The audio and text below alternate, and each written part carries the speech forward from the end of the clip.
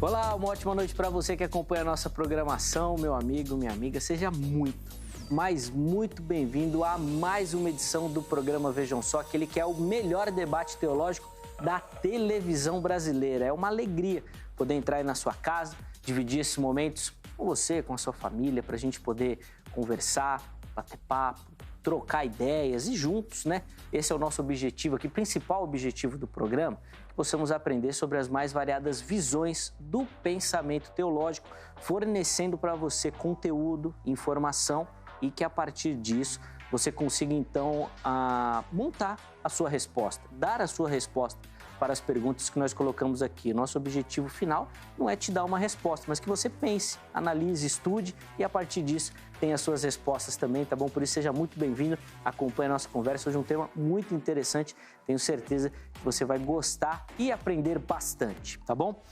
Antes de rodar a matéria que vai apresentar o nosso tema de hoje, eu quero apresentar os meus convidados, tá bom? E aí depois disso nós vamos rodar a matéria para você conhecer o tema da nossa conversa. Com muita alegria que o Vejam Só recebe nessa oportunidade, ele já participou do programa virtualmente e hoje está aqui no estúdio, o escritor Natan Rufino. Natan, obrigado, viu, meu irmão, pelo carinho, aceitar o nosso convite. É uma alegria recebê-lo aqui no Vejam Só, seja muito bem-vindo. Obrigado, é um prazer estar aqui. Natan, até para quem nos acompanha e também conhecer um pouquinho, apesar que o seu trabalho já é bem conhecido, né? O pessoal te acompanha bastante. Eu vou pedir para o irmão falar um pouquinho sobre o site e também o canal no YouTube, que eu sei que é muito frequentado, muito comentado também. Inclusive, já pode passar o endereço, né? Eles vão aparecer, mas você já reforça também para o pessoal que nos assiste, quiser conhecer um pouquinho melhor do seu trabalho também, do Ministério do Irmão, por favor. Tá bom. Eu tenho um site que é o meu nome, natanrufino.com.br, e lá tem muitos textos, áudios e vídeos. Tem também uma loja de livros. Alguns desses livros são meus, nem todos. E eu tenho um canal no YouTube, né, que é o meu nome também, Natan Rufino. Se você colocar lá, você encontra facilmente.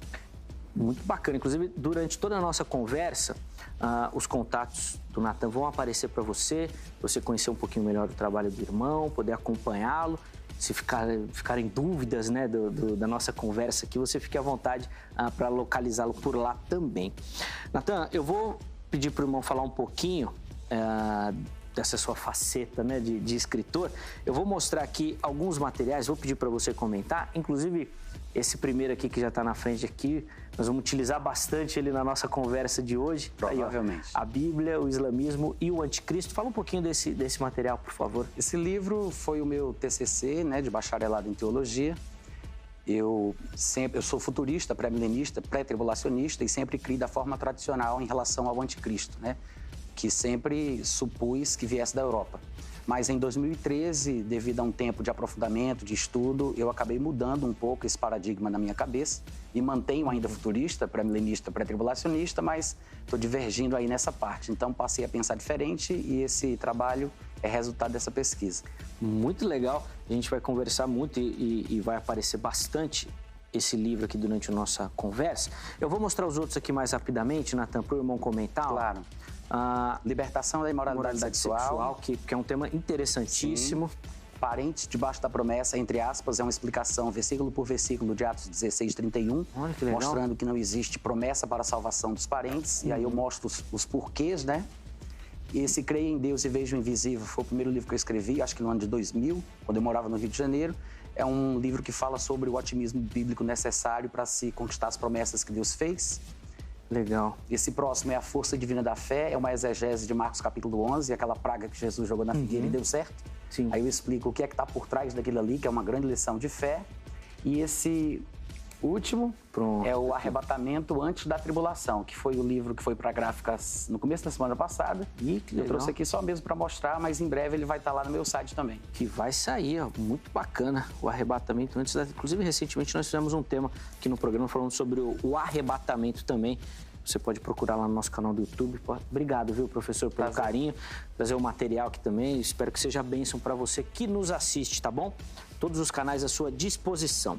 O Vejam Só também recebe na noite de hoje o pastor Antônio Mardônio. Ele que é da Igreja Assembleia de Deus do Ministério Belém. Pastor Antônio, obrigado, viu, por aceitar o nosso convite, estar aqui essa noite. Seja muito bem-vindo. Muito obrigado também, uma satisfação estar com vocês. Desejo a todo telespectador que nos vê, a você, tudo do bom e do melhor e um grande proveito desse nosso debate. Ah, com certeza. Eu sou professor de teologia desde 1972. Ah, tem pouco tempo. Pouco tempo. Pouca experiência, imagina. Pouco tempo. Fui diretor da FAESP, Faculdade Evangélica de São Paulo, durante 10 anos, diretor pedagógico, e professor de 8 matérias, inclusive escatologia. E também fui funcionário da Casa Publicadora das Assembleias de Deus, lá no Rio de Janeiro, durante 25 anos. E dediquei 10 anos desse meu período como diretor e editor de livros. Que legal. Então, muitas obras publicadas nesta área de escatologia pela Casa Publicadora das Assembleias de Deus. Passaram pela sua leitura prévia ali. Eu revisei nesse total do meu tempo que eu passei pela Casa Publicadora em torno de 1000 títulos. Caramba! 1000 títulos. É muita coisa, hein? 25 anos. Mas, ó, pastor, a sua maior referência é que o irmão é amigo do pastor Serafim. Aí supera tudo isso daí. Inclusive, dei um parecer, quando ele preparou o livro dele de escatologia. Boa. Ele pediu para eu dar uma olhada e eu dei meu parecer favorável. Serafim, agora eu sei de onde você tirou as ideias, hein, Serafim? Tá vendo? Só você tem um grande professor por trás. Serafim, um ósculo santo para você e toda a sua família. É um querido, uma pessoa incrível. Deus continue abençoando, dando força. Pastor Antônio, por favor, antes da gente começar, passe o endereço da igreja do irmão, por favor, lá, Assembleia de Deus do Ministério Belém. A nossa igreja Assembleia de Deus está atualmente na rua Conselheiro Cotegipe, número 273, lá no Belém. Mas estamos já utilizando a nova sede, ainda não foi inaugurada. Lá na Dr. Fom, também lá no Belém, ao lado da Radial Leste. A Radial Leste. Radial Leste. Uma igreja grande, bonita, sim. Construção, já está sendo utilizada. Os cultos aos domingos já são feitos lá. Tá. Mas durante a semana estão sendo feitos no antigo templo. Muito bom. Você percebeu que nós estamos com 2 especialistas hoje na área da escatologia e é exatamente esse tema que nós vamos tratar. Então, eu vou rodar a nossa matéria para você conhecer o tema da nossa conversa. Inclusive, ela vai apresentar também alguns questionamentos. Na volta, os convidados já vão dar as opiniões iniciais sobre o assunto. Vejam só. Com as crescentes tensões no Oriente Médio nos últimos anos, muitas pessoas começaram a perguntar como isso se relaciona com as profecias bíblicas. Algumas previsões islâmicas têm uma impressionante semelhança com as profecias bíblicas do fim dos tempos. De acordo com a profecia islâmica, a chegada do último profeta será precedida por uma série de eventos durante 3 anos de horrível caos mundial e ele dominará sobre os árabes e o mundo por 7 anos. A sua aparição será acompanhada por 2 ressurreições, uma dos ímpios e uma dos justos. O que tudo isso tem a ver com o anticristo? De acordo com Paulo, haverá um homem do pecado revelado nos últimos dias que vai opor-se e exaltar-se acima de tudo que se chama Deus. Em Daniel 7, lemos da visão de Daniel dos 4 animais que representam reinos que desempenham papéis importantes no plano profético de Deus. O 4º animal é descrito como sendo terrível, espantoso, muito forte e diferente daqueles que vieram antes dele. Quem será esse anticristo? Ninguém sabe ao certo, mas muitas teorias foram dadas, inclusive a possibilidade de que seria um árabe. O anticristo será um muçulmano? Só Deus sabe. Há ligações entre a escatologia islâmica e a escatologia cristã? Certamente parecem existir correlações diretas. Hoje, aqui no Vejam Só, iremos conversar sobre o anticristo. Será ele islâmico, europeu, americano? Temos como afirmar isso? Fique ligado, o Vejam Só já está no ar. Tem muito assunto para a gente conversar. Fique ligadinho aí no Vejam Só, tá bom? Acompanhando a nossa conversa muito interessante, né, falando sobre essa questão e essa dinâmica, né, do anticristo, do lugar que ele poderá, né, surgir. Antes de pegar a opinião aqui dos convidados, deixa eu dar 2 recadinhos bem rápido para você. O primeiro sobre o nosso site, o novo site da HIT. Você que já conhece esse endereço eletrônico, ele está todo repaginado, cheio de novidade. hittv.com.br. Tá aí, ó. Acessa lá, já salva ali nos favoritos, tá bom? Para você poder acessar constantemente. Além de todas as informações da emissora, dos programas, você vai encontrar um espaço com blogs, onde os apresentadores vão manter um canal, tá bom? De interação e de comunicação com você que gosta da nossa programação. Então entra por lá, cheio de novidades, vale a pena você conferir. Além disso, vai aparecer também para você um QR Code. Esse QR Code aqui, ó, ele vai te levar para uma enquete que nós aqui da HIT estamos fazendo, para você que já gosta da nossa programação, já nos acompanha, para oferecer para você um conteúdo muito melhor, tá bom? Então acesse, enquanto você acompanha aqui a nossa conversa, você vai lá, bem simples, bem rápido, bem fácil, você responde a nossa enquete e envia a sua opinião, tá bom? Conto com a sua participação, beleza? Irmãos, vou começar pegando as opiniões iniciais de ambos. Eu sei que o tema é complexo, tá todo mundo querendo dar as explicações, mas eu vou pedir para, nessa primeira oportunidade, serem bem objetivos, diretos na resposta, e depois, durante a conversa, nós vamos aprofundando alguns tópicos que os irmãos colocarem e pontuarem nessa primeira pergunta. E a nossa pergunta, Natan, vou começar com o irmão, é a pergunta tema do programa. Na sua visão bíblica, de onde virá o anticristo?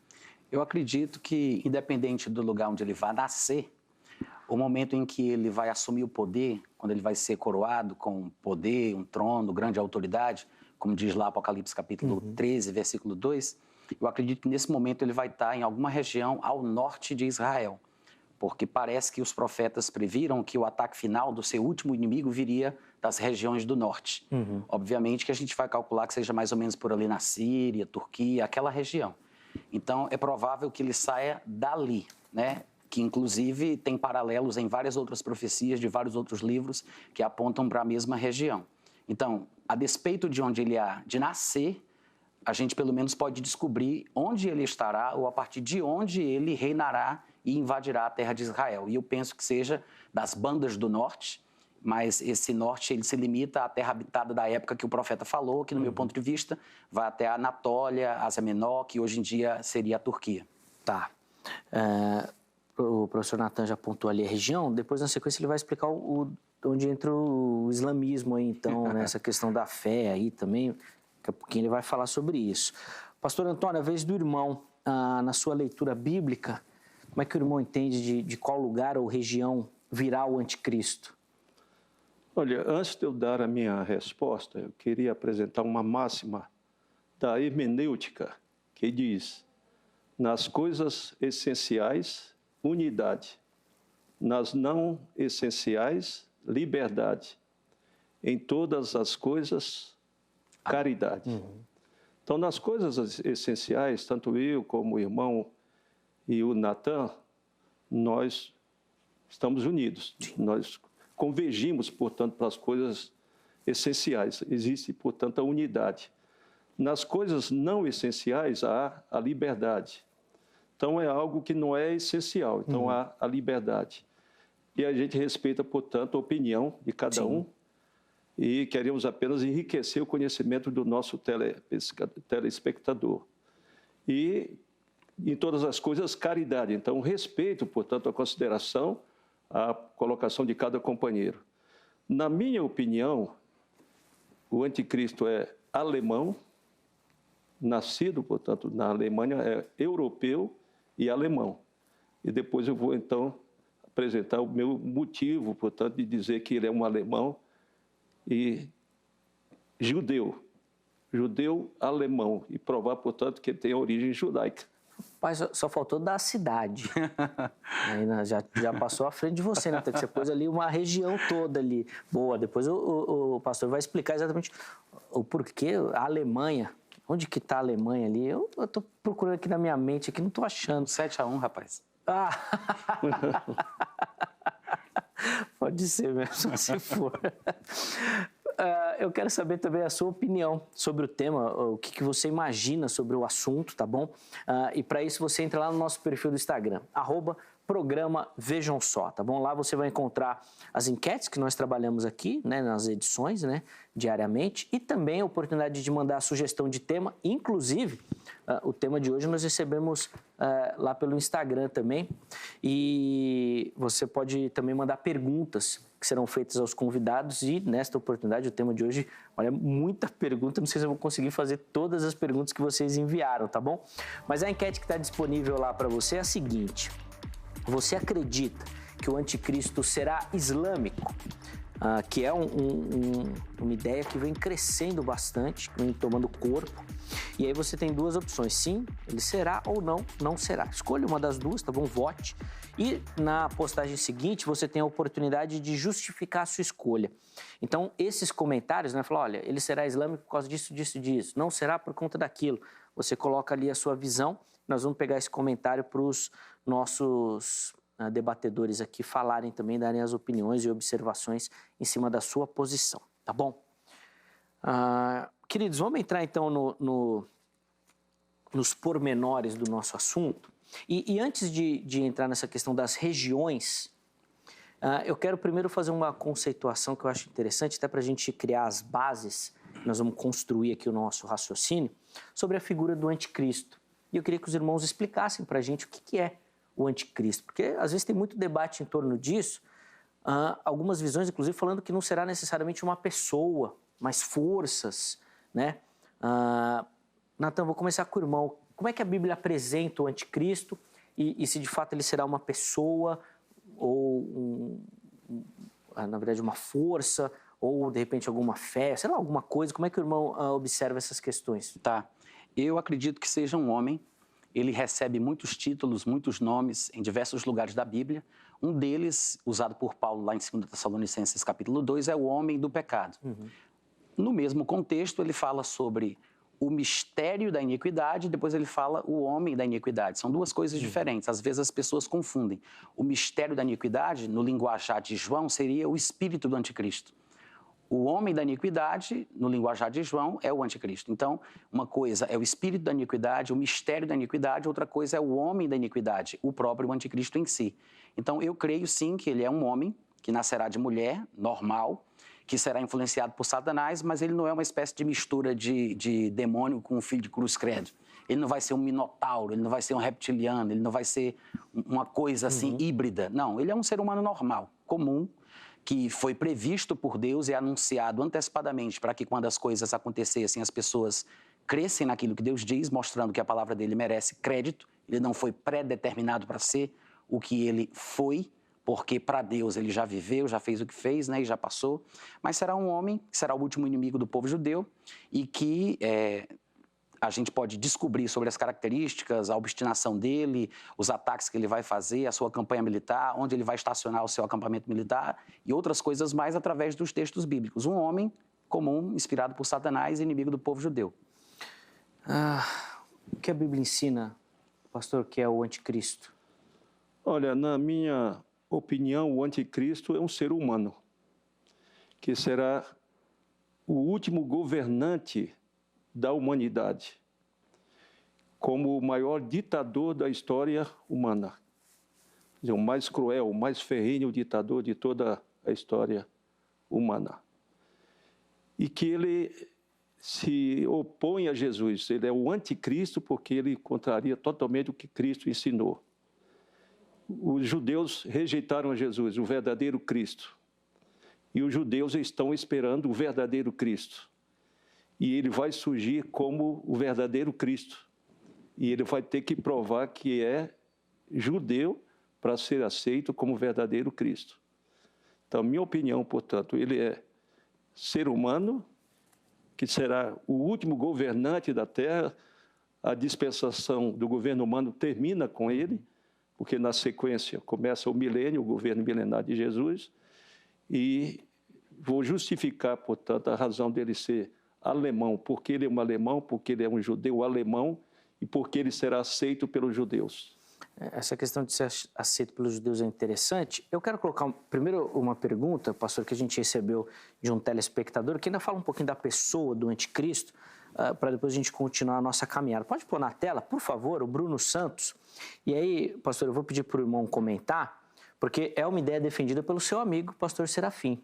Ele já falou aqui no programa isso. Olha lá, alguns dizem que o anticristo será homossexual, com base em um texto de Daniel. Isso é verdade? Realmente o texto de Daniel fala que ele não terá ou não vai querer, né, o amor não de mulheres, respeito, né? Não terá Pela respeito, sua mãe, né? Ele não terá respeito aos deuses de seus pais, Isso. dependendo da versão, nem ao desejo de mulheres. De mulheres, isso. Ele será um homossexual, pastor? Baseado em Daniel, capítulo 11, acho que versículo 36, que ele será um homossexual. Porque ele não apresenta, portanto, ele casar, ter filhos, e ele vai governar durante apenas 7 anos, então que realmente ele é um homossexual. Mas aí a gente não poderia colocar a figura de um sacerdote da Igreja Romana, por exemplo, na questão do celibato? Olha, Jesus também foi celibatário. E a igreja adotou o celibato, mas não havia um celibato antes. Uhum. O celibato foi por uma questão financeira, exatamente para que os padres não deixassem herança para os filhos. E a herança pertencesse, portanto, à igreja. Sim. Então, o celibato é uma proposta da própria Bíblia. O apóstolo Paulo diz, casar é bom, não casar é melhor. E bom que todos fossem Sim. como eu. Sim. Então, Jesus não se casou e tem a questão do eunuco. Tem aquele que se faz eunuco, aquele que assume o compromisso de não se casar para dedicar todo o tempo dele à obra de Deus. Natan, eu vou pedir para o irmão só dar uma pontuada rápida nessa questão, porque você citou várias vezes, será um homem, então ele não vai ser homossexual. No meu ponto de vista, não.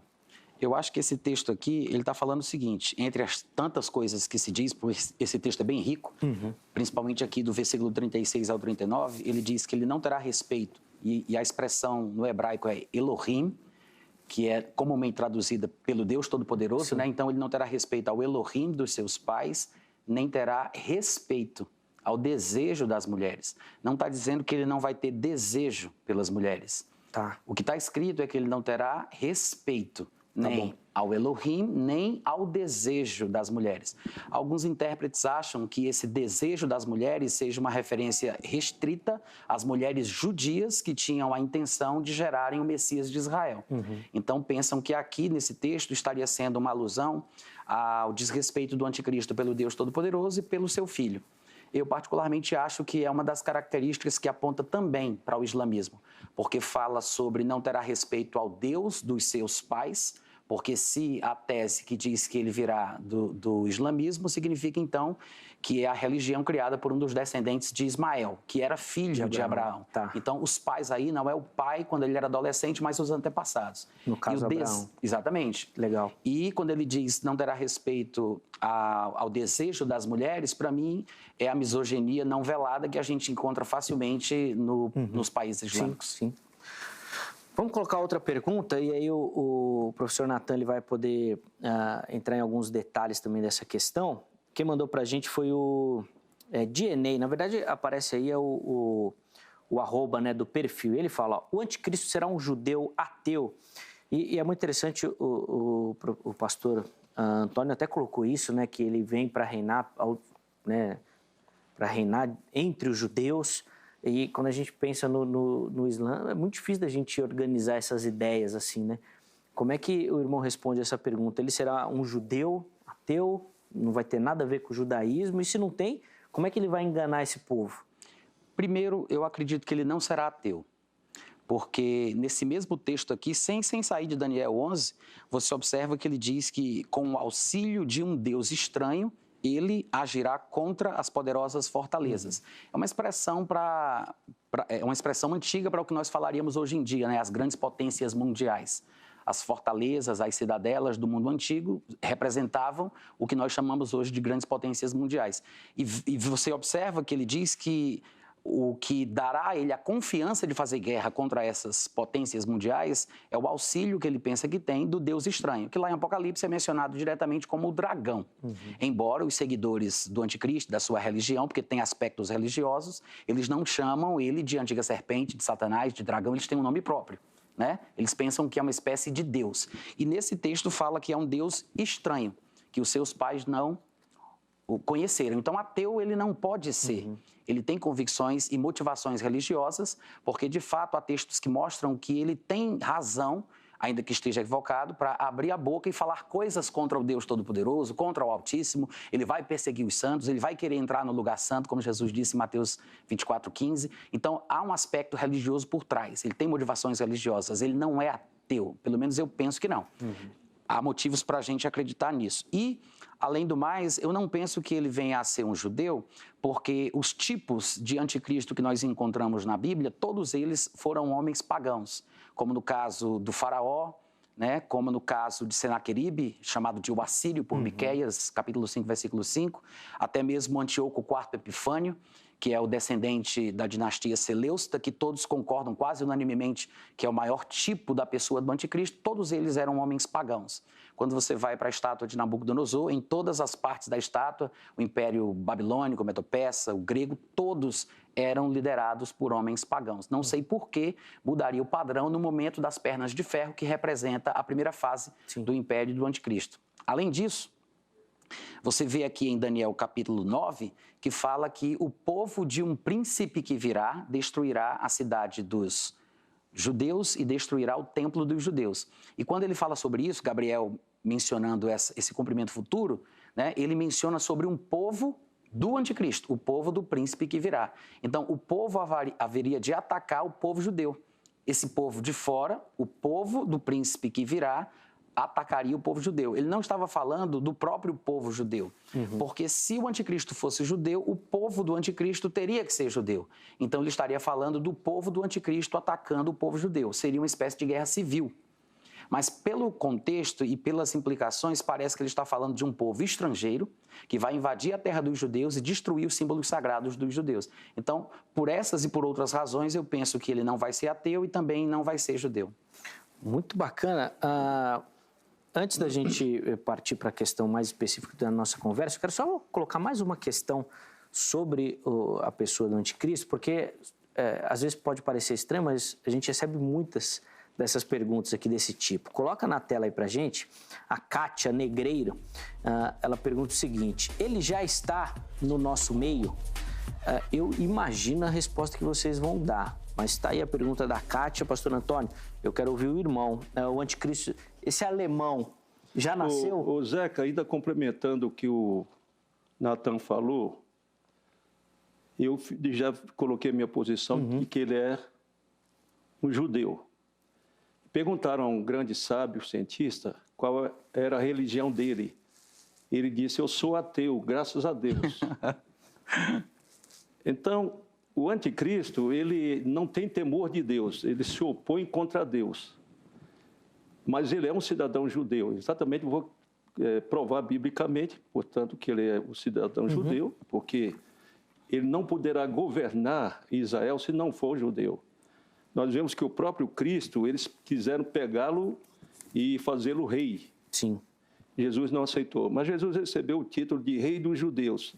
E até Pôncio Pilatos mandou colocar Jesus Nazareno, rei dos judeus.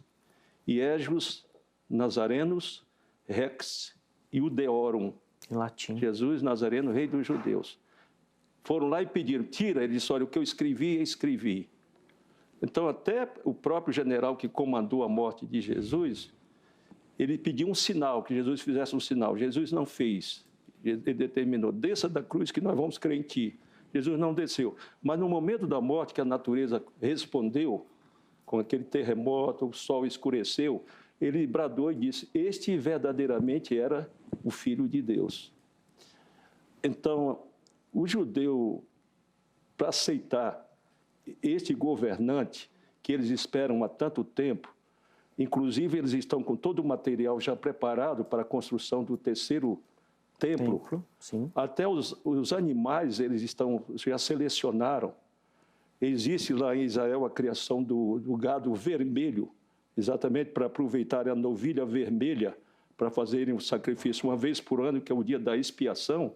Tudo isso está feito. Então eles vão ter convicção e que aquele cidadão que eles estão colocando é um judeu. Eu estou apenas colocando que ele é um alemão e vou explicar depois por que ele é alemão. Sim, nós vamos chegar. Mas ele não nasceu ainda, não está aqui entre a gente. Olha, eu acredito, a minha posição, que ele já nasceu, mas não pode se identificar. Ele está proibido de se identificar pelo próprio Deus, porque há um que o retém, que é o Espírito Santo. Então, após o arrebatamento da igreja, de imediato ele vai se manifestar. Eu vou falar, inclusive, sobre uma instituição secreta chamada Clube de Roma. São muitas as instituições secretas que estão trabalhando para o governo dele. O governo dele está pronto. É a chamada Nova Ordem Mundial. Eu até coloquei aqui uma parte da encíclica do Papa Bento XVI, que ele é, portanto, defensor da vinda do anticristo. Ele fala da vinda do anticristo. Ele é um alemão. Ele fala que tem a citação na encíclica dele chamada Caritas in Veritate, que é caridade na verdade. Ele fez a colocação, portanto, da vinda do anticristo. Aí este Papa atual, Francisco, ele fala do ecumenismo, ele defende o ecumenismo. E o ecumenismo foi aprovado pela Igreja Católica, foi iniciado pelo Papa João XXIII e concluído pelo Papa Paulo VI. E o Francisco agora diz que o católico que não aceitar o ecumenismo vai ser excomungado. E o ecumenismo exatamente é um precursor da religião mundial, que será comandada pelo falso profeta. Então, o governo mundial está nas mãos do anticristo e a religião mundial nas mãos do falso profeta, que a gente vai fazer essa colocação. Sim. Então, minha opinião, ele está vivo, não pode se revelar. Sim. Não pode. Então, imediatamente após o arrebatamento da igreja, está tudo pronto para ele começar a reinar. Muito bom. Eu não imaginei, não, que ele já estava aqui. E aí, Nathan, como é que você entende? Ele já está entre nós? Eu acho difícil de saber. A gente pensa que sim, porque a gente sempre tem aquela sensação de que somos a geração do arrebatamento, né? O eminente. E eu concordo plenamente com o pastor que o anticristo não tem como se revelar enquanto a igreja estiver na terra. Tá. Então, eu penso que, primeiro, tem que haver essa retirada para que depois, então, seja revelado o anticristo, como Paulo explica em 2 Tessalonicenses, capítulo 2, embora o texto não seja muito bem compreendido por todos, né? Mas eu penso assim, se formos a geração do arrebatamento, então ele tem que estar aí, porque não é que a gente esteja esperando pelo anticristo ou procurando sinais para identificá-lo, mas assim como o Natal é perto da passagem do Ano Novo, sim, sim. Então, se um chega perto, o outro está perto também. Então, se o arrebatamento pode acontecer na nossa geração, obviamente, logo em seguida vem a manifestação do anticristo. Até pela escatologia, né, pré-tribulacionista que ambos defendem, o arrebatamento, um período de 7 anos depois, né, São 7 anos, período da grande tribulação, são 7 anos, o período em que a igreja estará ausente, para retornar após os 7 anos. Mas a minha ideia é que se são 7 anos, ele já tem que estar numa posição de certo destaque, assim, não dá para nascer. Tem que ter certa idade. Não, ele já, inclusive, está tudo pronto, tudo programado já, tudo pronto. Só como disse o professor Nathan, ele não pode se manifestar porque a igreja ainda está presente. Sim. No momento que a igreja for arrebatada, haverá um grande motivo dele se revelar, é o caos mundial. Sim, vai estar pronto, né, o cenário. Vai ser um hecatombe mundial. Sim. Aí ele aparece, todo mundo vai aceitá-lo, por unanimidade do mundo todo. Muito bom. Nathan, bom, não tem como saber se ele está aqui tudo, mas você defende algumas posturas desse anticristo, principalmente essa questão dele ser islâmico, que são... apesar de estar crescendo, não é o padrão, né, vamos dizer assim, né? A figura do europeu é mais forte, né? Eu queria que o irmão comentasse um pouquinho, assim, como é que aconteceu essa mudança, onde que o irmão viu ali na Bíblia que aponta para esse outro caminho, por favor. Tá. Primeira coisa, às vezes parece que a interpretação de que o anticristo há de ser islâmico é por causa dos acontecimentos em Israel ou do movimento árabe-israelense, os conflitos, as intifadas, não é por isso. Embora muita gente faça o que a gente chama de exegese de jornal.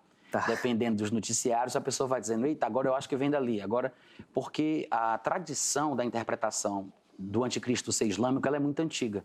Existiu há muito tempo atrás um homem chamado João Damasceno, ou João de Damasco, que ele viveu entre os anos de 676 e 749 em Damasco. que na época era a capital da Síria. O pai dele trabalhou tanto para o Império Bizantino, como trabalhou depois para a dinastia muçulmana, que estava sediada em Damasco. E naquela época, para você ter uma ideia, ele era considerado um erudito, ele falava fluentemente o árabe e o grego, e ele escreveu uma espécie de tratado teológico. E nesse tratado, olha onde ele viveu, né? 676 a 749.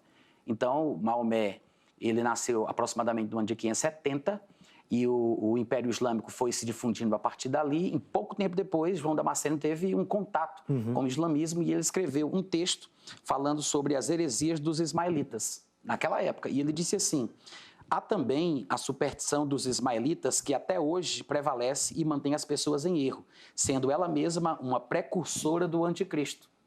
Naquela época, antes de qualquer coisa, já tinha alguém, eruditos, teólogos, falando sobre a possibilidade, identificando as ideias, os pensamentos e as crenças dos ismaelitas, que no caso eram expressadas pelo islamismo, né? A religião oficial dos descendentes de Ismael e de Edom, porque eles se misturaram, né, as famílias.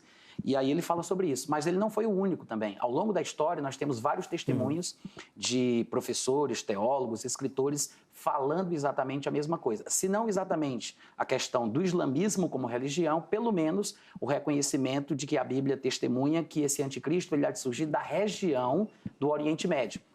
Só para citar pouco, nós temos, por exemplo, Hipólito de Roma, que viveu entre os anos 170 a 235, que também disse que ele deveria ser da Assíria, ou sair da região da Assíria.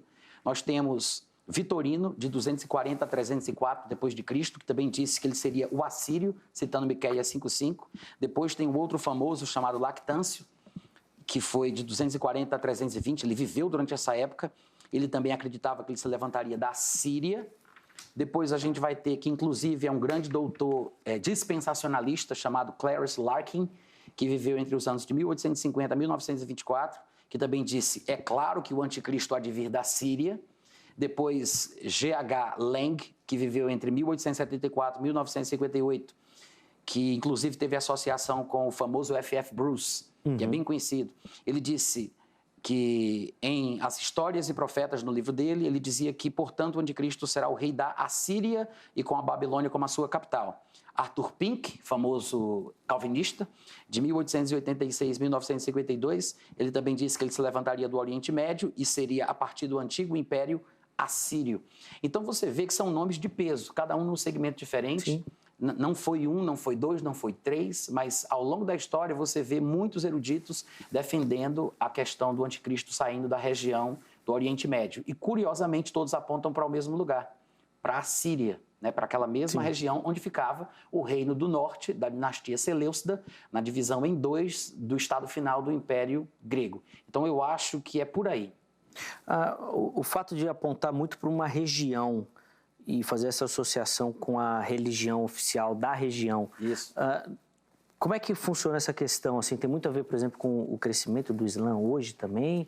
Ou é só por ser da região mesmo? Eu acredito que a região é o fator principal, porque os profetas do Antigo Testamento já apontavam para esse mesmo lugar. Você vai ver a repetição desse tipo de profecia em quase todos os profetas, em quase todos. Cada um tinha um rei físico, real, da sua época, que ele usava aquele homem como objeto da sua profecia, mas todo mundo sabe que era uma espécie de dupla referência profética. Ainda que ele falasse para aquele inimigo contemporâneo, aquele rei contemporâneo, aquilo se cumpriria futuramente na pessoa do anticristo. Todos apontam para o mesmo lugar. E naquela época não havia muita profecia e indicação sobre as questões da religião, ainda que nós encontremos alguns elementos, como, por exemplo, no livro de Daniel, quando ele fala aspectos religiosos da pessoa do anticristo. Só que quando você junta todos os textos, de uma forma geral, espalhados pela Bíblia, sobre as características religiosas dele, coincidentemente, a gente consegue identificar hoje aspectos no Islã que corroboram esse pensamento. Sim. E também o islamismo, como você mesmo pontuou, ele está naquela região, maciçamente. Sim, né? sim. E eu esqueci o que eu ia falar, mas depois volto. Não, sim, aparece. E depois eu vou pedir para o irmão fazer essa associação, porque até na matéria a gente colocou que alguns fazem a escatologia islâmica com a escatologia cristã e esses pontos vão convergindo e a partir disso conseguem formular essas questões. Eu acho isso um erro. Daqui a pouquinho o irmão vai colocar aí para a gente, por favor. Pastor Antônio, eu quero ouvir do irmão agora. O irmão já apontou a questão de ser um judeu, mas agora eu quero que o irmão explique essa história da Alemanha, já que a Alemanha entra aí nessa conversa aí, por favor. Olha, o governo do anticristo, portanto, é o ressurgimento do Império Romano. É a continuação, portanto, das duas pernas de ferro que representam o Império Romano.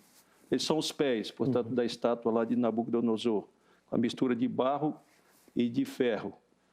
Essa mistura está exatamente falando a mistura do satânico com o humano.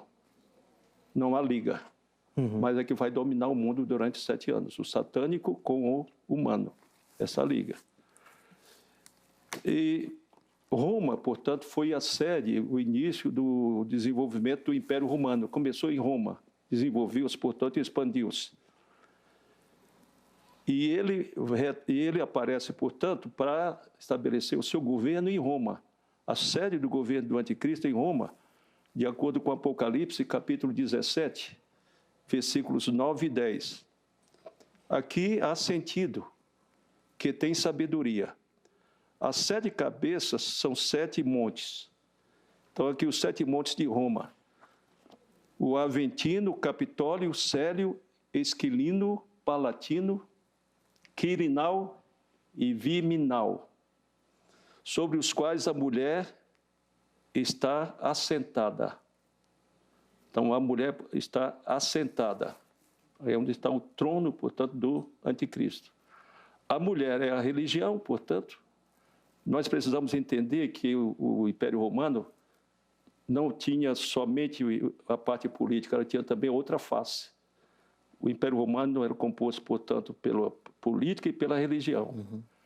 A partir de Constantino, em 325, ele oficializou o cristianismo como a religião do Império. E até ele se intitulou Bispo dos Bispos. Ele era o mandatário da religião. Depois, seus conselheiros disseram, crio a imagem de um outro bispo dos bispos, que hoje é o Papa. Então, até recentemente, todos os reis da Europa só eram consagrados, só eram coroados com a presença, com a determinação do Papa.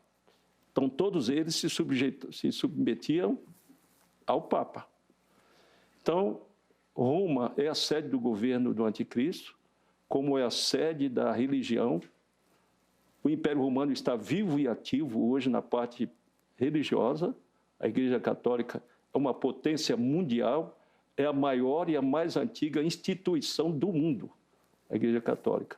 E ela que está dando a sustentação e apoiando o surgimento da nova ordem mundial. Agora, a questão do anticristo ser alemão. Houve 2 guerras mundiais lideradas pela Alemanha. O Hitler, que comandou a Segunda Guerra Mundial, ele era judeu, descendência judaica. A mãe dele era de origem judaica.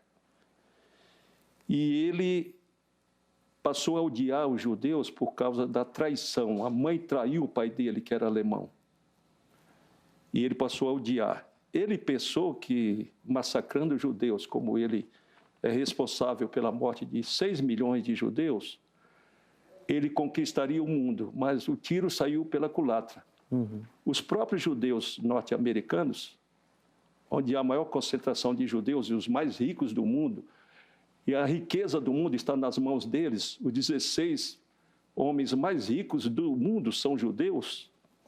Os judeus, então, se uniram. Os Estados Unidos lutaram contra, o Brasil também era a favor da Alemanha, depois passou para o lado dos Estados Unidos, e a Alemanha perdeu a guerra. Mas esse sentimento de conquista do mundo, tem um autor que escreveu, George Orwell, escreveu um livro intitulado 1984. Ele iniciou a escrever o livro no término da Segunda Guerra. Em 1945, ele começou a escrever o livro. E ele terminou em 1948. Aí ele inverteu, em vez de colocar 1948, ele transformou 48 para 84. É o título do livro, 1984. em que ele fala exatamente desse sentimento alemão de conquistar o mundo. Eles foram frustrados 2 vezes, mas agora eles têm certeza, inclusive, tem o movimento do neonazismo, o desejo deles voltarem à tona. E eles vão voltar à tona através de um alemão muito inteligente, de origem judaica, que vai provar que é judeu, porque ele vai entender que, em vez de ser contra os judeus, ele tem que ser favorável. Então, ele vai fazer um pacto com os judeus durante 7 anos, ele vai mandar os árabes saírem lá do monte, onde estava estabelecido o templo. No lugar daquela mesquita vai ser colocado o templo de Salomão, novamente construído o templo que Salomão fez primeiro. Ele vai determinar novamente o sacrifício, mas ele é um instrumento de Deus para a maldade, para a perseguição, para o castigo do próprio povo judeu. Então, 3 anos e meio, o pacto é quebrado. Aí ele demonstra, portanto, quem ele é propriamente dito. Ele é falso, ele é usado por Satanás, é uma trindade satânica que governou o mundo e Jesus vem para derrubá-lo e assumir o governo mundial para estabelecer o milênio. Então, ele é alemão por este fato. Sim. De que, inclusive, o autor, esse George Orwell, ele o chama de o Big Brother. E o Big Brother hoje é um programa no mundo todo de conscientização da vinda do grande irmão. Big Brother, o grande irmão. Ele é o Big Brother. E aqui fala exatamente, nesse livro, 1984, que ele é um ditador, o ditador mais ferrenho, em que o autor diz que ele domina sobre 3 regiões da Terra: a Oceania, a Eurásia e a Lestásia. 3 regiões. E aqui nós vemos a colocação do Papa Bento XVI. Ele diz o seguinte: tal autoridade deve ser reconhecida por todos, gozar de poder efetivo para garantir a cada um a segurança, a observância da justiça, o respeito pelos direitos. Obviamente, deve gozar da faculdade de fazer com que todos respeitem suas decisões, bem como as medidas coordenadas e adotadas nos diversos fóruns internacionais. Então, é o capítulo 6 da encíclica, item 67. Natan, como é que o irmão lida com essa questão da reconstrução do templo, principalmente com o anticristo islâmico? Como é que isso vai funcionar? O irmão acredita nessa necessidade? Sim, porque a Bíblia prevê o templo de pé no momento da invasão do anticristo à terra de Israel. Eu sei que o anticristo há de entrar na terra e ele vai exercer controle, ele vai mudar os tempos, mudar as leis dos judeus, né? Não do mundo inteiro, mas eu não acredito que ele vai entrar em Israel aclamado, recebido, aplaudido. Tá. Ele vai entrar invadindo, como é uma característica que a Bíblia parece apontar para os seus feitos. Aqui mesmo, em Daniel capítulo 11, se fala que ele, como auxílio de um Deus estranho, fará guerra contra as grandes fortalezas. Então, ele vai lutar contra as potências mundiais. E na descrição das nações contra quem ele lutará, você vê que no versículo 41 ainda de Daniel 11, ele diz que entrará também na terra gloriosa. E muitos sucumbirão, claro, os que estiverem na terra gloriosa, que não é Nova York, não é o Rio de Janeiro, a terra gloriosa é Israel, né? E ele diz, entrará na terra gloriosa e muitos sucumbirão, mas do seu poder escaparão estes, Edom, Moabe, as primícias dos filhos de Amon. Aí diz, estenderá a mão também contra as terras e a terra do Egito, por exemplo, não escapará. Lá no finalzinho, no versículo 45, ele fala, armará as suas tendas palacianas, nós diríamos na linguagem de hoje, o seu acampamento militar, ele vai estacionar entre os mares, outras versões diriam entre o Mar Grande, que é o Mar Mediterrâneo, contra o glorioso Monte Santo, que é o Monte Moriá, né? Aí ele diz, mas chegará ao seu fim e não haverá quem o socorra. Em outras palavras, ele vai atacar muitas nações, ele vai desenvolver a sua campanha militar contra muitos povos, e um destes povos é o povo de Israel, e ele vai realmente, em meio à guerra que ele vai travar com Israel, ele vai vencer e vai conquistar Israel. Ele vai entrar na terra de Israel. E diz aqui especificamente onde é que ele vai acampar onde é que ele vai estacionar o seu acampamento militar, entre o mar Mediterrâneo e o Monte do Templo. Provavelmente é nessa ocasião que se cumpre aquilo que Paulo diz lá em 2 Tessalonicenses 2, quando ele fala que o anticristo ele há de entrar no santuário de Deus, ostentando-se como se fosse o próprio Deus. Não que ele vai dizer que é Deus, como algumas versões deixam implícito ou explícito, mas eu acho que talvez essa seja a declaração mais certa. Ele vai se comportar como se fosse, ele não vai dizer que é, ele vai se comportar como se fosse o próprio Deus, se assentando no santuário, que é, na verdade, a representação do trono de Deus. Então, o templo, ele está sendo previsto em todos os lugares que há de estar de pé.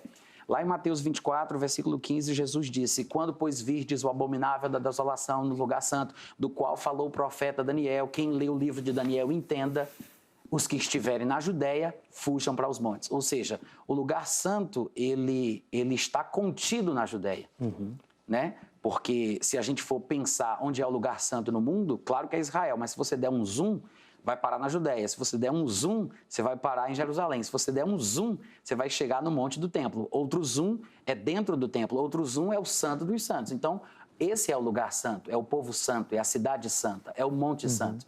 Então, o lugar santo é exatamente aí. Então, o anticristo, ele há de invadir, ele vai conquistar, ele não vai ser recebido ou aclamado, ele vai sim fazer isso que está previsto em relação ao templo por profanação. É uma abominação, ele não vai ser recebido. Lá em Daniel capítulo 9, ali pelos versículos 25, 26 e 27, fala que ele fará uma aliança com muitos. E fica implícito pelo texto que estes muitos incluem os judeus.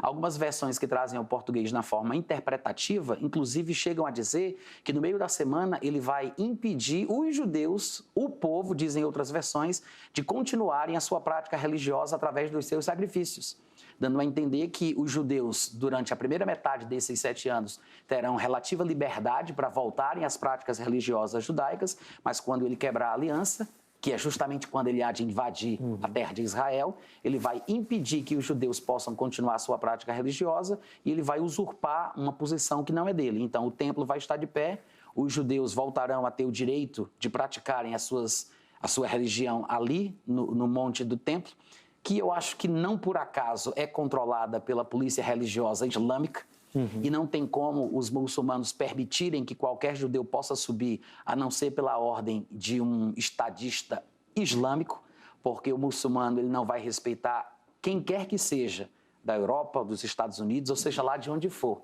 Mas quando um califa, que traduzindo para o português significa o representante do profeta, o representante de Maomé, que substitui Maomé, que supostamente era representante de Deus, então quando surgir essa figura no cenário mundial, que tem em si elementos políticos, militares e religiosos, a este eles vão ouvir. E provavelmente na aliança que ele faz nesse tratado bilateral com a nação de Israel, vai haver permissão aos judeus. E aí o povo vai dizer, agora nós temos paz. E nós temos segurança. Você acredita que é improvável que ele venha da Europa, nesse império romano, assim, inclusive por algumas questões históricas, que ele, de longe, não teria como fazer toda essa aliança com o povo judeu? Olha, tem Daniel 9:26 diz assim, o povo do príncipe que há de vir destruirá a cidade e o templo, falando que o povo que destruísse a cidade e o templo seria o povo do anticristo. Essa profecia ela foi dada a Daniel mais ou menos 500 anos antes do nascimento de Jesus Cristo. Ela vai se cumprir mais ou menos 70 anos depois, né? 60 e poucos anos depois. Natan, eu queria fazer aqui um adendo a respeito das 70 semanas, que não podíamos chamar de 70 semanas de Daniel. São 70 semanas de ano dos judeus. Daniel orou, porque esperava que estivesse próximo o retorno deles. Ele buscou durante 21 dias. Deus mandou o anjo Gabriel, que trouxe a mensagem para ele, e disse, olha, são 70 semanas de anos para os judeus. Então ele diz, primeiros 7 anos correspondem a 49 anos, que foi exatamente desde o decreto de Ciro, que era o imperador persa, até a reconstrução dos muros e de Jerusalém. A partir da reconstrução até a morte do Messias, 434 anos. Que dão as outras 6. 483. Sim, falta uma. Falta uma, completa os 490.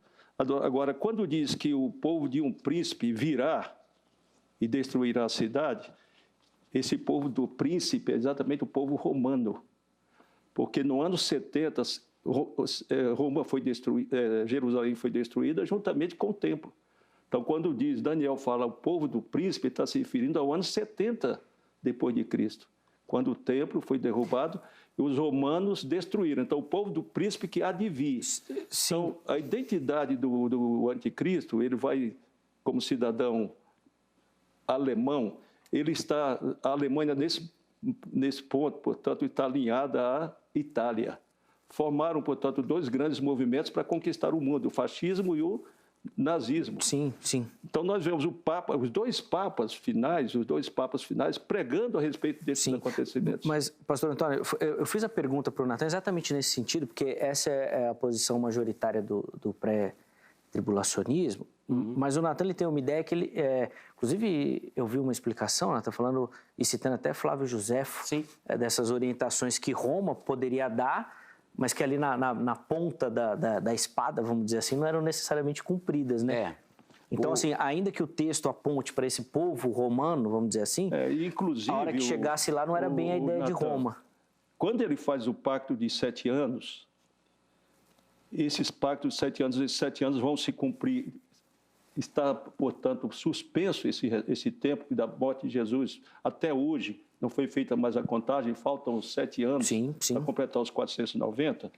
Ele faz o pacto de 7 anos, mas ele está estabelecido em Roma. Eu falei que Roma é a capital mundial. Sim. Ele vai dar todo o apoio, ele vai liberar para a construção do templo, novamente os sacrifícios como os judeus faziam, e na metade do tempo, Deus vai obrigá-lo, porque Deus vai castigá-lo, diz que ele será ferido por uma chaga mortal. Deus vai castigá-lo. Então, mediante esse castigo, ele quebra o pacto. E quando ele quebra o pacto é quando ele invade Israel para valer. E ele convoca, portanto, aquelas nações e conduz todas as nações para destruírem Israel. Inclusive, Deus comanda, Gog e Magog, exatamente os russos, são trazidos também para Israel. Eles, quando pensam que vão destruir Israel, eliminar Israel, tem um povo que teme a Deus, que esse povo está guardado por Deus. Jesus disse que por causa dos escolhidos, os seus dias serão antecipados. Ele virá. Então, ele se vai voltar contra os judeus, destruir, portanto, perseguir a religião, será a angústia de Jacó. Os 3 anos e meio finais da grande tribulação. Eu vou pedir só desculpa para cortar, porque eu preciso que o Natan dê a visão dele também, senão o nosso tempo acaba, tá bom? Por favor. Natan, dê então a sua leitura desse trecho, por favor. Então, eu acredito que é um texto-chave, realmente, Daniel 9:26, porque ele indica claramente quem é o povo do anticristo. O povo do príncipe que virá é o povo do anticristo. A revelação foi dada mais ou menos 500 anos antes de Jesus nascer e o momento da destruição prevista vai acontecer no ano 70 depois de Cristo. A campanha de cerco a Jerusalém começa mais ou menos ali por volta do ano 66. Vespasiano inicia, depois ele é chamado a Roma, ele coloca o filho dele no lugar, que é Tito, e aí ele acaba invadindo. Mas nós temos 2 historiadores bem considerados, um dos mais conhecidos pelos evangélicos é Yosef ben Yahu HaKohen, que é difícil para a gente, porque ele era judeu, mas na verdade a gente chama ele de Flávio Josefo. Ele recebeu essa homenagem de Tito. Natan, inclusive a obra dele foi publicada pela Casa Publicadora e eu fui o revisor da obra, de toda a obra do Flávio Josefo. A História dos Hebreus. A História dos Hebreus, publicada pela Casa Publicadora. O Flávio Josefo, ele era rebelde, ele se levantou contra Roma, ele foi preso e aí, quando ele estava na prisão, ele teve uma revelação, ele era da tribo de Levi, e ele teve uma revelação, uma profecia, na verdade, que Tito um dia se tornaria o imperador. Quando se cumpriu, Tito lembrou dele, favoreceu e deu para ele justamente o título da dinastia predominante da época, que era a dinastia Flaviana, que é por isso que ele é chamado de Flávio Josefo. Flávio Josefo e Públio Cornélio Tácito, outro historiador, os dois falam exatamente a mesma coisa.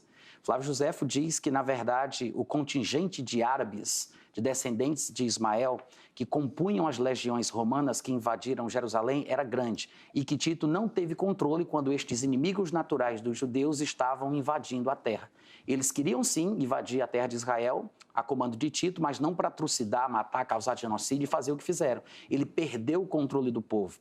No livro A Guerra dos Judeus, que tem 7 tomos, que está incluído no livro A História dos Hebreus, ele fala em diversos parágrafos o que foi que aconteceu, detalhando que Tito estava desesperado, dando ordens, inclusive comandando oficiais da sua confiança, da guarda pretoriana, que era formada por italianos, que esses legionários que eram árabes não fizessem o que eles estavam fazendo, mas ele não teve como controlar. Públio Cornélio Tácito, semelhantemente a Flávio Josefo, ele diz: Tito César encontrou na Judéia 3 legiões, a 5ª, a 10ª e a 15ª. A estas ele acrescentou a 12ª da Síria e alguns homens que pertenciam às legiões da 18ª e da 3ª, que ele havia retirado da Alexandria, do norte da África. Esta força, diz Públio Cornélio Tácito, estava acompanhada por um poderoso contingente de árabes que odiavam os judeus com ódio comum de vizinhos. Ou seja, as 6 legiões romanas, a 5ª Macedônia, a 10ª Legião Fretenses, a 15ª Apolinares, a 18ª e a 3ª Gálica e a 12ª Fulminata, eram todos ali daquela região dos povos em redor de Israel, que é uma expressão que se repete no Antigo Testamento falando de quem são os inimigos dos judeus, o povo em redor de Israel.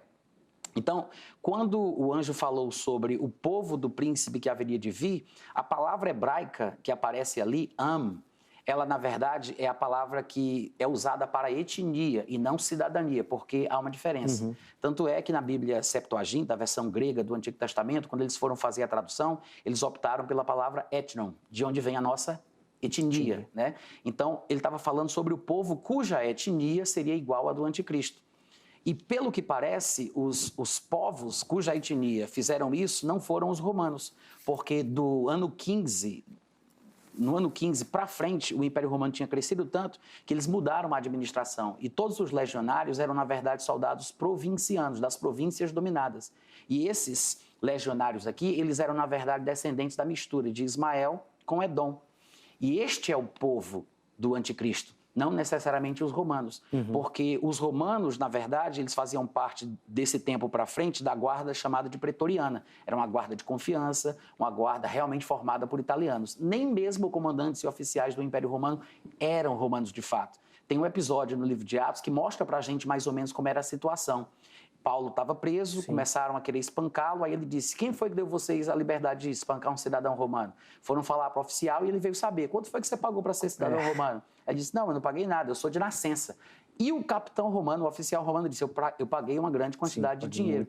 Paulo estava dizendo: eu sou de nascença, não porque ele nasceu em Roma, porque ele nasceu no sudeste da Ásia Menor, que era em Tarso, né? E ele era etnicamente hebreu de hebreus. Então, o que ele quis dizer com isso, que ele era romano de nascença? Porque havia uma lei que dizia que se um progenitor ele comprasse o título de cidadão romano, como aquele oficial romano tinha comprado, os seus descendentes seriam romanos de nascença. Mais ou menos como as leis de escravatura aqui no Brasil, né? A lei do ventre livre, aquela coisa toda. Então, Paulo, sabedor dos seus direitos, ele disse: eu sou romano de nascença, porque papai, o vovô, seja lá quem foi, comprou e eu nasci de acordo com os critérios da lei romana. Então, essa passagem, ela realmente aponta para o povo do anticristo, mas há 2 vertentes mais conhecidas nos dias de hoje. Uma delas interpreta que este povo seria romano, que é por isso que no filme Deixados para Trás o anticristo se chama Nicolai Carpati, que ele é do norte da Itália, tem que ser da Europa, porque a antiga Europa, o antigo Império Romano do Ocidente se transformou no que a Europa é hoje, e a outra vertente diz o seguinte: não, o Império Romano ele se esfacelou como bolacha creme crack envelhecida, se transformou no Sacro Império Romano, se transformou na Igreja Católica Apostólica Romana. Então, na verdade, os verdadeiros herdeiros do povo romano, que é o povo do anticristo, é a Igreja Católica. Então, o anticristo vai ser o Papa. Então, tem essas 2 vertentes a partir desse versículo. Eu penso que há uma camada a mais para a gente mexer que apontaria para o povo ismaelita.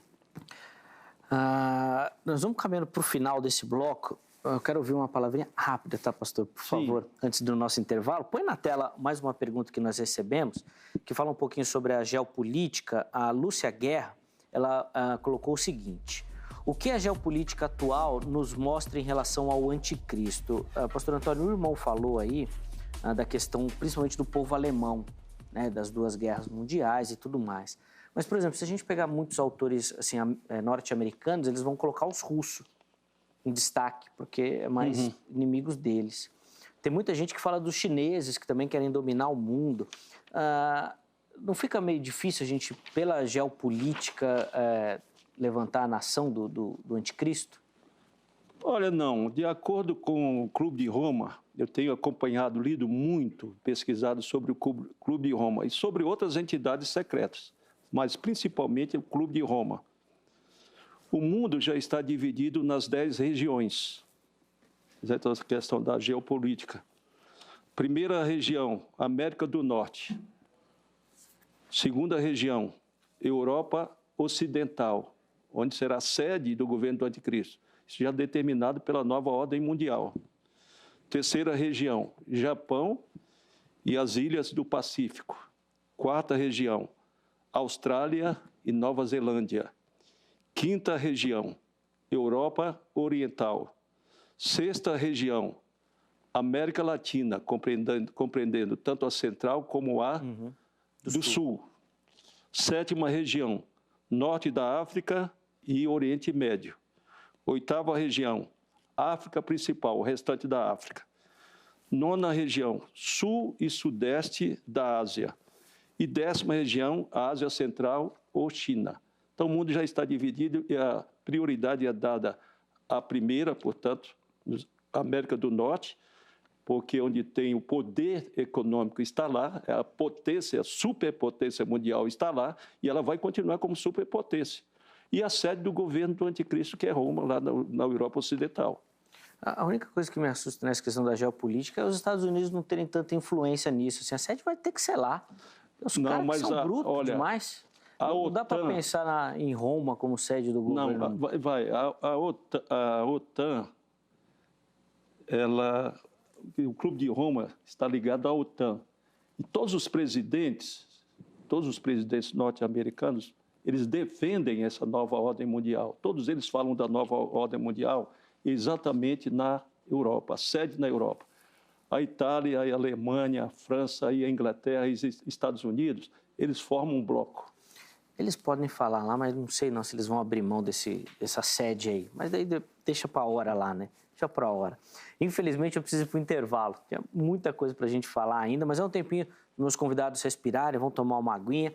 No próximo bloco, que ele é mais curtinho, eles vão ter as oportunidades de fazer as considerações finais e principalmente oferecer para você, uma aplicação de tudo isso. O que muda aí para você que nos acompanhou? O que você precisa, diante de tudo isso que você aprendeu, fazer na sua vida hoje? Isso no próximo bloco, então fique ligadinho, tá bom? Antes do intervalo, tome nota do telefone da Agrade, Academia Teológica da Graça de Deus, parceira aqui do Vejam Só, código 11-3115-0819. A Secretaria-Geral fica aqui em São Paulo, mas a Agrade tem unidades espalhadas em todo o Brasil. Então você liga e pega as informações dos cursos que são oferecidos, a unidade que fica mais próxima da sua casa, para você, então, se tornar o próximo aluno da Agrade, tá bom? Curso de teologia, de escatologia, interpretação bíblica, tem muita coisa lá, tá bom? Fique à vontade, venha para o time da Agrade também, tá certo? Vai aparecer também o nosso QR Code do nosso canal do YouTube, é só você aproximar o celular e você automaticamente é direcionado até lá. Já se inscreva no canal se você ainda não é inscrito e ative as notificações. Muita gente falando, poxa, o Vejam Só parou de postar os vídeos na internet, eu não acho os vídeos novos do Vejam Só. Todos os nossos vídeos estão nesse canal, que é o canal oficial da HIT, tá bom? Então, acesse e lá você vai ter acesso a todo esse material. Instagram, Facebook da HIT também à sua disposição. Fique à vontade para nos seguir e compartilhar os nossos materiais nas redes sociais. Intervalo rápido, o Vejam Só vai, mas daqui a pouquinho nós já estaremos de volta.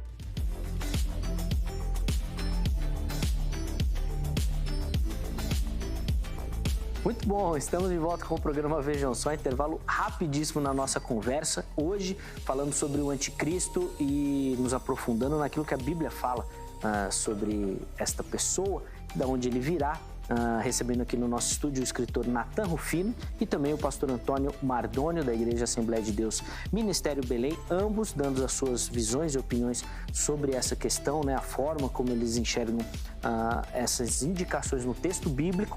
Daqui a pouquinho eles já vão ter a oportunidade de fazer as considerações finais e oferecer uma aplicação para você que nos acompanhou até agora, tá bom? Antes disso, eu quero dar aquela moral para você que nos acompanha e manda a sua foto, mas a partir de hoje com uma novidade. Você que quer participar aqui do Vejam Só, quer ter a sua foto registrada aqui no programa e também, obviamente, concorrer a prêmios, você vai passar a utilizar as nossas redes sociais. Já aparece aí para você o nosso perfil do Instagram, @programa Vejam Só, tá bom? Então você pode mandar a sua foto por direct, você pode marcar o Vejam Só, então você agora está aí nos assistindo, já tira uma foto, já posta, marca o nosso Instagram, né, o nosso @, e aí você só não esqueça de colocar ali a indicação do seu nome e de onde você fala, tá bom? Da cidade, do estado, tá certo? E depois fique ligadinho sempre que tiver o resultado do sorteio, porque às vezes as pessoas ganham e fica difícil da gente localizar, a pessoa não responde, então fique atento, tá bom? Você vai mandar a sua foto, ela vai aparecer aqui e você vai concorrer a prêmios. Então agora você utiliza nosso perfil no Instagram, tá bom? Fique à vontade para utilizar essa plataforma. Se você preferir também, dá para mandar pelo Facebook, tá? Por mensagem lá. Acesse a nossa página lá no Facebook também, tá bom? Programa Vejam Só, você já nos localiza por lá, tá bom? Vamos colocar as fotos então. Hoje nós separamos, até por conta do tempo do programa, 2 fotos. Quem aparece aí primeiro é o Marcos Lino, acompanhando o Vejam Só também, tá ali ao fundo a TV. Ele é de Duque de Caxias, lá no Rio de Janeiro. Obrigado, viu, Marcos, pelo carinho, pela audiência, meu irmão. Deus abençoe a sua vida. E também, agora nós vamos lá para o Rio Grande do Sul, para a capital, né, do estado, a cidade de Porto Alegre. O Paulo Ricardo acompanhando também o Vejam Só. Paulo, obrigado, viu, meu irmão, pelo carinho. Deus abençoe a sua vida, a sua casa aí também. Esses irmãos que mandaram as fotos hoje vão concorrer ao prêmio, já vai aparecer aí para você. Uma Bíblia de Estudo da Reforma, um oferecimento da Sociedade Bíblica do Brasil. Para você que nos acompanha e manda a foto, você vai concorrer a esse prêmio. Nós vamos sortear ou na semana ou no dia, tá bom? Em comemoração ao aniversário da Reforma. Fique ligadinho aqui no Vejam Só que nós vamos informar. Então, além do texto bíblico, você vai encontrar muito material de estudo também. Você que gosta, vale a pena ter essa Bíblia aí na sua biblioteca ou na sua escrivaninha. O importante é você ter ela à mão aí para você poder estudar, tá bom? Então, manda a sua foto e você vai concorrer a prêmios, tá certo? Natan, vou começar com o irmão, então, essa oportunidade de fazer umas considerações finais e oferecer principalmente uma aplicação para quem nos assiste do assunto aí, o que a pessoa precisa fazer. 3 minutos. Tá. Bom, em primeiro lugar, eu acredito que essa questão do anticristo, ela tem uma aplicação prática, mas ela também tem o seu lado teórico. Primeiro porque tudo que é inspirado, toda escritura que é inspirada, ela é útil. É útil para educar, para ensinar, para corrigir e repreender. Hoje em dia, o sensacionalismo em torno desse tema, né, ele tem feito com que as pessoas elas fiquem preocupadas, nervosas, tensas. Muita gente está ficando com medo, não consegue dormir, tem que tomar remédio, está vendendo seus bens, querendo sair dos centros urbanos, indo para a zona rural, para se alimentar daquilo que planta, está uma loucura. Então, quando você ensina sobre o anticristo, o objetivo não é preparar o cristão para dar um tapa na cara dele quando ele surgir. A gente não tem que falar sobre o anticristo porque a igreja há de conhecê-lo ou de enfrentá-lo. Nós falamos sobre vários assuntos que não são destinados à igreja, e um deles, por exemplo, é o inferno. A gente não fala do inferno, não tem que conhecer sobre o inferno porque a gente vai experimentar o inferno, mas porque é uma doutrina bíblica e a gente tem que eliminar os terrorismos doutrinários. Da mesma forma, ensinar sobre o anticristo, ele tem esse lado, né? Ele alivia os temores, ele acalma o coração dos crentes e ele faz com que as pessoas entendam com certeza o que é que a palavra de Deus diz. E no meu ponto de vista, isso faz com que as pessoas não fiquem tão preocupadas e tão nervosas como às vezes acontece através de outros tipos de ensinamentos. E saber de onde ele vem nos faz entender melhor que a palavra de Deus merece confiança e quando as coisas começarem a se movimentar em direção àquilo que está previsto, você confirma o que foi dito pelas Escrituras. Há muitos textos que, no meu ponto de vista, apontam para o povo ao redor da terra de Israel. Há várias passagens. Miqueias, capítulo 5, versículo 2, versículo 5, fala sobre o nascimento de Jesus Cristo, dizendo que de tu, Belém Efrata, pequena demais para figurar como grupo de milhares de Judá, de ti sairá o que há de reinar em Israel, falando de Jesus. Um pouquinho mais para frente, ele vai e diz no versículo 5, este, Jesus, será a nossa paz, quando a Assíria vier à nossa terra e quando passar sobre os nossos palácios. Ou seja, fala do nascimento futuro de Jesus e depois do nascimento de Jesus diz que ele será a paz de Israel quando o assírio vier, mostrando uma futura invasão de um rei que virá das bandas do norte, porque a Síria está ao norte da terra de Israel. E diversos outros textos também, como por exemplo, 2 Samuel 7:1, Zacarias 12:2, Joel 3:11-12, Daniel 9:16, 1 Samuel 14:47, Números 24, 17 e 18. Todos falam que os inimigos de Israel estão ao redor da sua nação. E uma passagem bem conhecida, inclusive, que deveria ser lembrada, é quando ele diz aqui em Zacarias 12:2, que Deus dizendo, né? Eis que eu farei de Jerusalém um cálice de tontear para todos os povos em redor e também para Judá durante o sítio contra Jerusalém. Então, sempre a menção é os povos ao redor de onde sairá o anticristo e o seu exército. Muito bom, Natan. Obrigado pelo carinho, por aceitar o nosso convite. Deus abençoe bastante a sua vida, o ministério também. Pastor Antônio, a vez do irmão, por favor. Olha, eu concluo exatamente afirmando que o anticristo é um judeu alemão, porque ele empreenderá a terceira grande guerra mundial. As duas primeiras foram eles, e exatamente nós vemos no capítulo 6 do Apocalipse a descrição dos 4 cavalos. O primeiro, o cavalo branco, que representa o anticristo. Ele sai para vencer e ele vence. Ele é vencedor até o fim. Só será dominado e vencido por Jesus, que vai voltar para poder prendê-lo naquele instante. Vem o segundo cavalo, o vermelho, que ele tirará a paz da terra e colocará uns contra os outros, e uns matarão uns aos outros. Vem o terceiro cavalo, cavalo preto, que fala que o cavaleiro traz uma balança de pesar na mão, exatamente falando da fome, falando da situação que vai ficar o mundo todo nesse transtorno, nesse caos, que a nova ordem mundial nada é do que um caos total. E surge o quarto cavaleiro, do cavalo amarelo, que representa a morte. Vem a morte montada, acompanhada pelo inferno, e quando haverá, portanto, a morte pela espada, pela fome, pela peste e pelas feras. Então, eu exatamente concluo, eu agradeço também a oportunidade de ter estado aqui, de ter conhecido o Natan, quero parabenizá-lo pela firmeza dele, pelos livros que ele tem escrito, que ele possa ser muito útil para a obra de Deus através desse ministério de escritor, Natan. E o meu maior contentamento é que ele é meu conterrâneo. Nós conversamos antes. Boa, sim. Nós somos lá do Ceará. E eu falei para ele da história de 2 cearenses que se encontraram dentro da jaula do leão. Nós nos encontramos aqui no estúdio da RIT. Natan, um abração. Amém. E Zeca, também muito obrigado por essa oportunidade e o nosso telespectador pela presença de vocês, pela participação. Pastora, nós que agradecemos, obrigado, viu, pelo carinho, pela ajuda. Espero que a história não tenha se comparado com o Vejam Só, que não tem arena de leão, né? Que foi tranquilo. Pelo menos hoje foi bem tranquilo, né? Gente, eu quero agradecer a você pela participação. Infelizmente, eu não consegui colocar aqui os comentários, tá? Eu dei prioridade às perguntas que nós recebemos. Mas, olha, Esther, Leonardo, Murilo, Terezinha, foram alguns dos comentários que nós separamos, tá bom? Obrigado, viu, meus amigos, pelo carinho e pela audiência. Põe na tela para a gente encerrar o resultado da nossa enquete. Você acredita que o anticristo será islâmico? 19% dizendo que sim, 81% dizendo que não, e de fato o pensamento majoritário, principalmente aqui no evangelicalismo nacional, aponta mais para essa figura da Europa, né? Então a nossa enquete está demonstrando o pensamento majoritário, mas nós oferecemos aí uma possibilidade para você pensar também, tá bom? Forte abraço, Deus abençoe a sua vida. Amanhã nós estamos de volta com mais uma edição do programa Vejam Só. Até lá!